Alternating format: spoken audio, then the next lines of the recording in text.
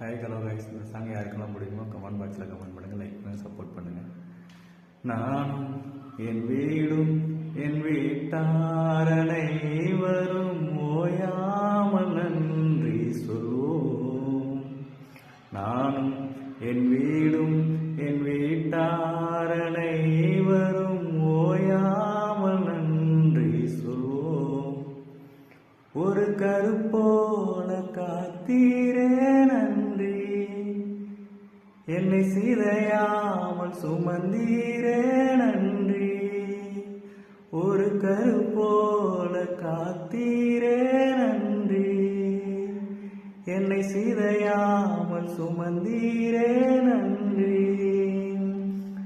எபினேசரே எபினேசரே, என்னால் வரை